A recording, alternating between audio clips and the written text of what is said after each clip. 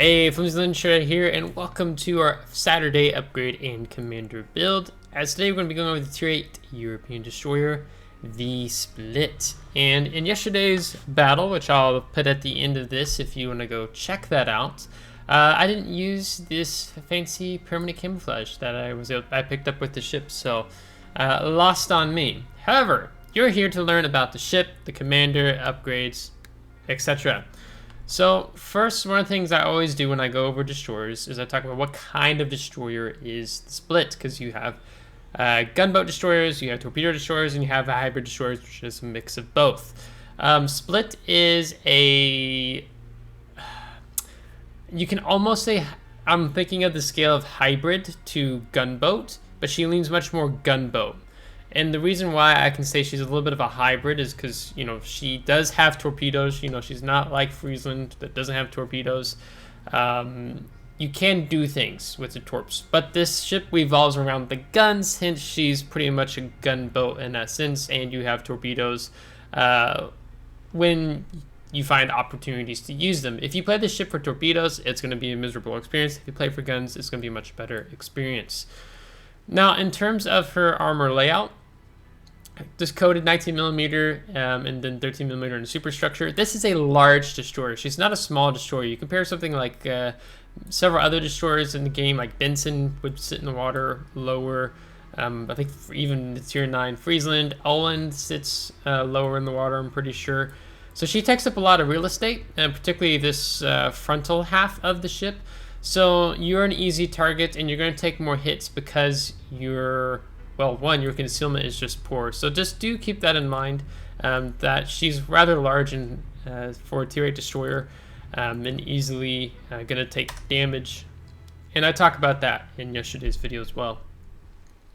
So let's go over the modules first. So she has 140mm guns. She's got 5 of them in total. These have a 180 turn time of 18 seconds, so it's a bit painful if you don't grease the gears, which I haven't, and I don't think I necessarily intend to. Maximum HE shell damage 2000. Then looking at the hull, your first hull is 16,200 hit points. Now this is taking into account survivability expert, which we have on our commander. The B hull is going to boost you up to 19,400 with survivability expert. So this is a must. So this is the first module that you're going to want to research. Now, in terms of her torpedoes, so these are 68-second reload on these 6 torpedoes, the 2x3s. They have a range of 8.5 kilometers.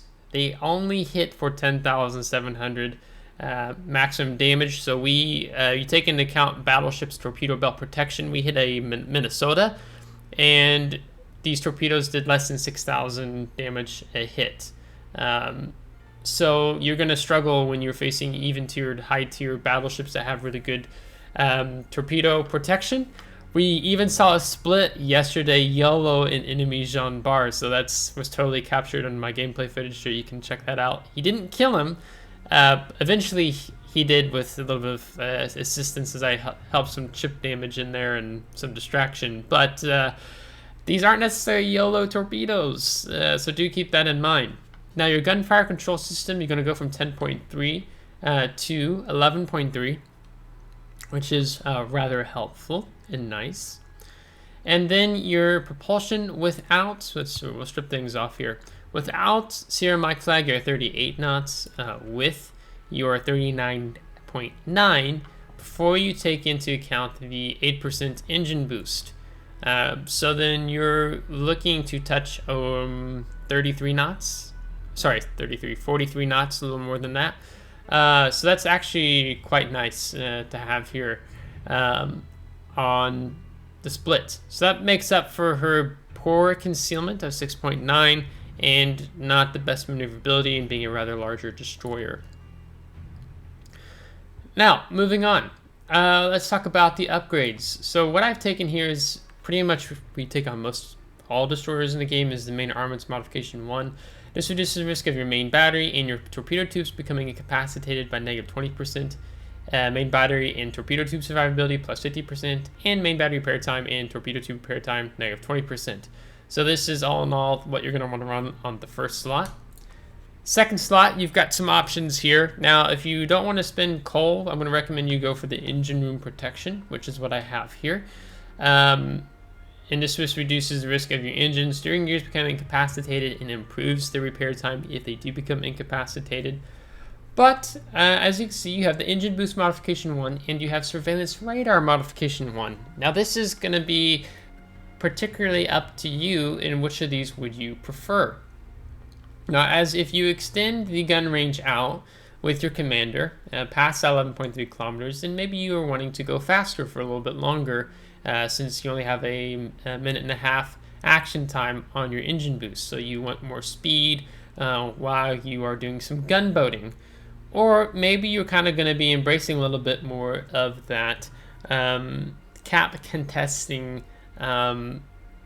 utilizing that 9-kilometer radar that only lasts 10 seconds. So if you took this, it's only going to extend it by 2 seconds, plus 20% for a 10-second action time. So 12 seconds. So that means you're likely to get another volley off before that enemy target goes dark. So if you really enjoy playing Split, that's kind of the two options you have. Whether you like playing more as a cap contester, spotting enemy destroyers, you want to light them up longer, then I would say, yes, invest a coal for surveillance radar modification 1. If you like more of that open gunboat action, then maybe you're looking more for the engine boost modification 1.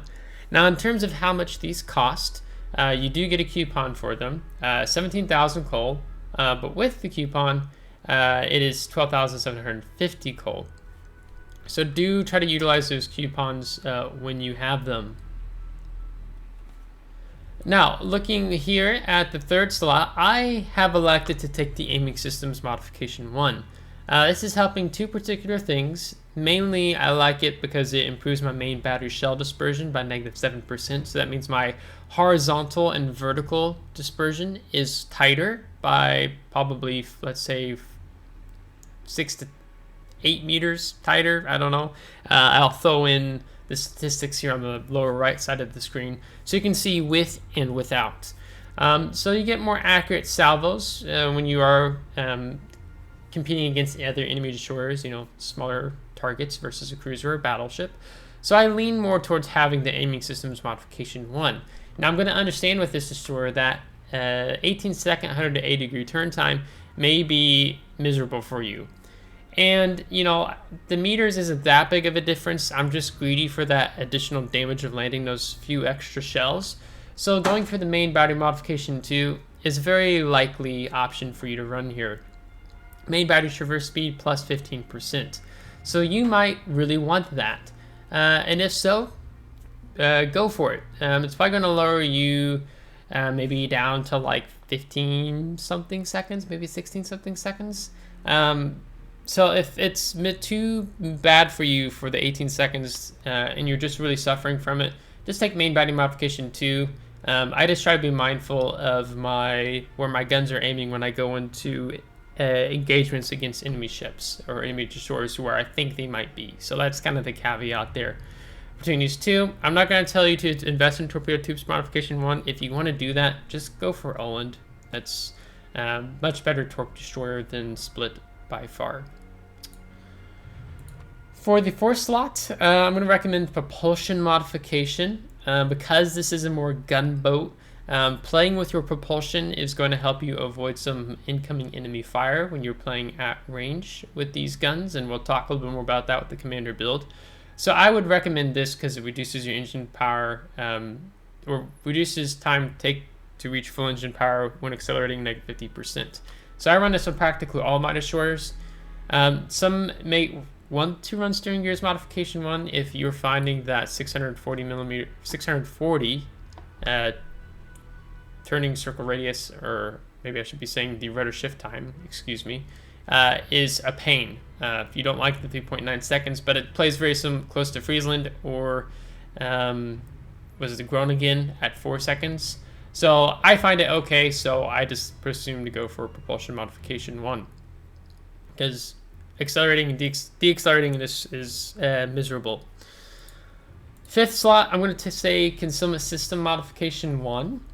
If you are wanting to utilize, what concealment you do have, if you build into it on the commander, 6.9 kilometers, and we can talk about a non-conceal option with our commander as well. This is going to help overall. Your detectability by air is 3 kilometers, which your AA defense is 3.5, and the AA on this ship sucks. You look at the AA rating, it's going to say 51, which I don't even see how they can say 51. I feel like it's much, should be even worse than that. So you can lower your detectability by air taking this too, because you just don't do well against enemy carriers. That's kind of another reason why I like to take concealment here on the 5th slot with our upgrades. The only other thing that really, if you're thinking of something different, is if you're wanting to extend your action time on your radar, you could extend it by 1 second, or your smoke or engine boost or your damage control priority, but I don't know if I necessarily can really, I can't recommend that. Or you can go for steering gears modification too if you're playing that more open gunboat style that the split can do, which again we'll talk more about here on the commander. Now you only get high explosive, you don't get armor piercing. Wargaming's reasoning was they kind of insulted the player base sort of in their dev blog when they talked about this, and then they rewrote it to sound nicer. But basically, players don't really use armor piercing, which is true. I don't remember how they phrased it, but it was a bit insulting. But imagine with these 140 millimeter guns, the AP damage values that you could have, but unfortunately you just don't get that here on the split. So you're only utilizing high explosive, but they buffed, I would say, you have a 10% chance of starting fires on a target. Now we can bump that up with these 2 combat signals, 11%, right? Well, actually it'd be 12% if I had some India X-rays. But we could have that, right?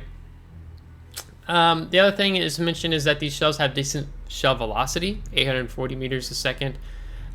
So that helps with more of that gunboat characteristic. Now in comparison to Oland, Oland is 850, and you have more of these flatter shell arcs, right? So they're decent, and I think you can build into a range option here on the split. Torpedoes, we've talked a little bit about already. Their detectability range is 1.6 kilometers. So they don't have the best concealment. Deep water torpedoes, of course, are going to be the best. You have really good speed, though, 76 knots, but they hit really poorly for 10,700 damage. And didn't take into account torpedo protection on enemy ships. You're looking at even less than 6K with some hits with your torps, depending on what enemy ship you land torpedoes on. Range 8.5, really poor for tier 8 when there's other destroyers that do that role better. Again, this is a gunboat destroyer. Reload time 68 seconds. So these are kind of like an ace up the sleeve, or if you just need them on hand, you don't let them consume your focus. You focus with the guns. Depth charges, you get 2 in a number of charges, and you get 10 in a charge. Reload time 40 seconds.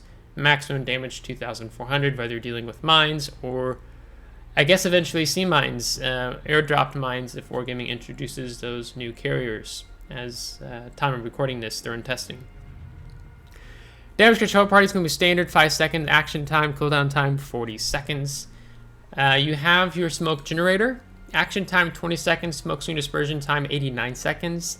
So it's kind of feels a bit. It's poorer than the Pan-Asians in terms of our smoke screen dispersion time, because I think they get 1.5 minutes, where your American destroyers are sitting on 2 minutes. So these aren't long-lasting smokes, and the cooldown time is 160 seconds. So do know when you utilize one of your 3 smokes, unless you build into getting a 4th, is it's going to take a long time for the next one to come up. So don't just throw these away. Try to use them wisely. And you can see, I think I only used one once in yesterday's battle. Engine boost, we talked that you can even bolster this even more if you're running close to 44 knots here, a split with Serum Mike flag. Unless you also have something like, what in the heck is that called? Swift and Silence. But I wouldn't recommend it because you're not a concealed destroyer. Like the European destroyer line would be better for it. I don't run it on too many of my destroyers, so I wouldn't recommend Swift and Silence, but you could get faster than 44 knots if you were really wanting to. Your surveillance radar, we talked a little bit about it, but in brief, 9 kilometer, 10-second action time that you can build to get 12, 13, maybe even 14 seconds action time out of. Cooldown time, 60 seconds, so that's kind of the gimmick of why the action time is so short, because the cooldown time is also super short. So you can pop a destroyer, an enemy destroyer who's in a smoke screen. If he's in your radar range and sitting in his smoke screen, you can get him twice with your radar before, if he's still sitting in there and maybe he's contesting a cap, or he's sitting there farming, right, and he hasn't left. So you can take advantage with your surveillance radar. Quite nice in that regards, but you can blow through them really quickly because they only have 60 seconds. So do be mindful to not blow through too many if you feel like you're going to need some for the late game, and we'll talk about maybe even picking up a 5th. And with November Foxtrot, we can reduce the cooldown time, 57 seconds, engine boost 85.5, smoke 152, damage control party 40 to 38 seconds. So that does help if you're wanting to get these consumables up that much quicker. Now in terms of our signals, probably what I'd run if I had these, I'm going to go ahead and say pretend as if I did. I'd probably do something like this. If you don't want to run too many and you're conscious of your credit cost if you keep taking all these into battle, then what I would say is, bare minimum, use something like these 5 and you would be fine. Now the commander I had on here, I moved off to the next ship already, but I did go ahead and put a 6 point and I just buffed him up to 10 points. So you could see the build I was running in yesterday's video. As I said in yesterday's video, I'm having to start a new commander line because the skill build is different than what I run on Oland, Holland, Friesland in that regard. What you're going to want to do, as I see on my screen, is this is the 10-point build. This is the bread butter build that you're going to see on 95% of destroyers in the game. The only alteration I would really say on most destroyers is maybe they give up Concealment Expert. Or some would even argue if I'm making a torpedo build, then I don't take Survivability Expert because my goal is to stay dark as long as possible. Which I have some issues on my opinions with, but we won't get into that because this isn't a torpedo destroyer. But for a 1-point commander, take the preventive maintenance. This reduces the risk of the main turrets, torpedo tubes, steering gears, and engine becoming incapacitated by -30%. 3-point commander, take last stand. Your ship remains partially able to sustain speed and maneuverability with the engine, steering gears incapacitated. Survivability expert. This is going to increase your hit points per tier by 350. So I don't know what it would be without, probably closer to 16, 17k if we didn't have Survivability Expert. So you're definitely going to want this because you don't get a heal on this line like the other line, European Destroyer line. And you're going to increase your longevity in the battle and not dying earlier. The 10-point option, which the build I've gone for thus far, includes Concealment Expert. This reduces the ship's detectability range by -10%. Now I'm going to talk about potentially sacrificing this and going for something different. We'll talk about that, but this is a build I'm going to say for most destroyer captains, it's going to be more comfortable build, I guess is the language I would use.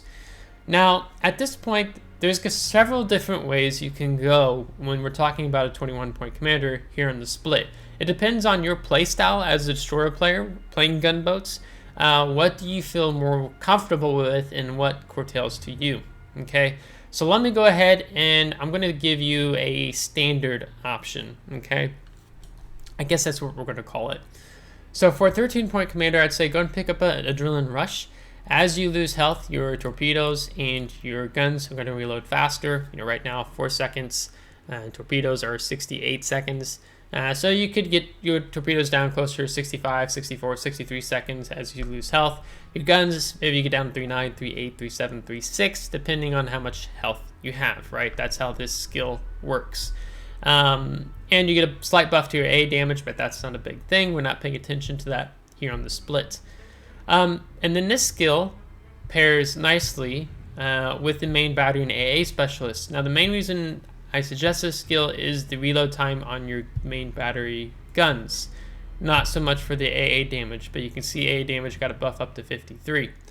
Your reload time drops to 3.8 seconds. So then you pair that with Adrenaline Rush, then you lose some health, 3.7, 3.6, 3.5 seconds. So now your DPM performance has increased with these main battery guns. So that's a reason why I suggest this. Now, the next thing is I believe that you can increase the gun range here on your the commander. Taking the main battery and AA expert, your main battery firing range goes by up to plus 20%. So now we're hitting things at up to 13.6 kilometers away. And in yesterday's battle, I was wanting to open up on some ships further away, but I couldn't because I was restricted by that 11.3. So that is something I would think worthwhile investing into. Now you do get more damage from AA shell explosions, but when we open this up, we don't actually get AA explosions. We don't have flak here on this destroyer because the AA is just so poor. So that doesn't really matter, right? So you're only getting the plus 20% from the main battery firing range. So this is pretty standard. And then here you got two options. If you're really hating the turret traverse time of 18 seconds, 180 return time, you can drop that down to 15.7. Alternatively, if you're going to be open gunboating more, you could take incoming fire alert and a warning about a salvo fired at your ship from a distance of more than 4.5 kilometers. So that's kind of some options there. Another thing we can talk about is if you're really wanting that gunboat experience, what I would suggest, because we have 1 point available, basically dropping a 3-point skill if you want to keep Concealment Expert. Then you pick up Fearless Brawler. Again, this is the number of shell explosions, AA salvos. You don't have shell explosions, AA salvos, so that doesn't matter. But reduces the main battery reload time when your ship remains detected by an enemy, negative 10%. Now that doesn't build into here, but it'd be basically taking 0.3.8 seconds off. So then you would be beneath or around 3.5 seconds just beneath that when you're detected. Okay, so that's actually really nice. Now what I would say is if you really want to go for the pure gunboat experience, you don't need Concealment Expert. Get rid of Concealment Expert. And I probably should have just actually... Can I reset this? How much is it going to cost? Oh, 100,000. Ah, boy. I shouldn't have... Because I went ahead and it's like, let me just go ahead and throw a 10-point on. I'm going to do it for you guys. Okay, I'm going to do it for you guys. So then what I'm saying is, because I am a visual person, I like to see things. You give up concealment. That's going to bump your concealment to 7.7, but keep in mind your radar is a 9-kilometer radar. So if you get detected, you still have a radar to detect enemy ships. And then these skills are all working together really nicely. This is going like that full gunboat experience and coughing up your conceal, and then taking grease the gears. Okay. But I would say baseline, let me get rid of these things. You're going to want to master these 6 things. And then, you know, here is your gunboat build, and you either take grease the gears or you take incoming fire alerts. Now, the question becomes, Flimsy, what about the superintendent? Now, the superintendent could come into play here if you're playing split in a competitive, like maybe we're talking about ranked, maybe we're talking about clan battles, right? Then things might change in that regard.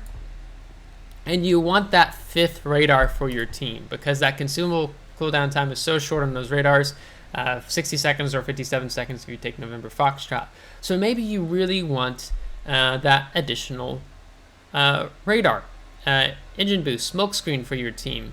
Then I can see the value of superintendent increasing, where in the randoms, if you're only playing this in randoms, then I don't see as much per se the value of superintendent, just based how the ship is, right? And then you're playing a you're playing the ranked, you're playing clan battles, so then maybe you're really wanting that consumer expert because you don't have a repair party.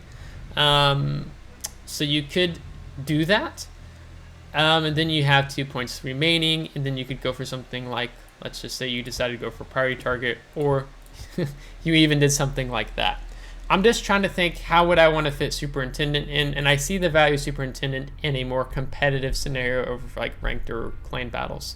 That's why I see it coming to light. Now the thing with that is, if that's the case, let's say really competitive, and you want to extend your radar time, plus 10%, right? Then you probably want Consumables enhancements. So then again, it could just be something more like this. I would see, this would be, if I was going for a competitive build in ranked, I was going to play split in ranked clan battles. This is probably what I would run, but this wouldn't be my first pick as a destroyer to take into ranked or clan battles at tier 8. But let's say you're really wanting that radar, right? Then I could see it like that. But my ultimate build option, if you're comfortable with giving up Concealment Expert, this is probably what I would run. I think because this gun revolves this destroyer revolves so much around the guns, building really into those guns is, I think, the best way to go. But if you're going to be playing more in randoms, then that 7.7 kilometer conceal can be rather painful. So then maybe you're running Concealment Expert and you just give up Fearless Brawler. Okay, that really becomes up to you and your comfort style. So all that being said, let me know if you have questions in the comments below. If you're running Split, you've been playing it, let me know what you've liked running on your commander and on your ship. So if you liked this video, give it a thumbs up. If you didn't, give it a thumbs down. Subscribe if you do want to see more. If you have subscribed, thanks so much. I would appreciate it, and we'll catch you next time. Take care.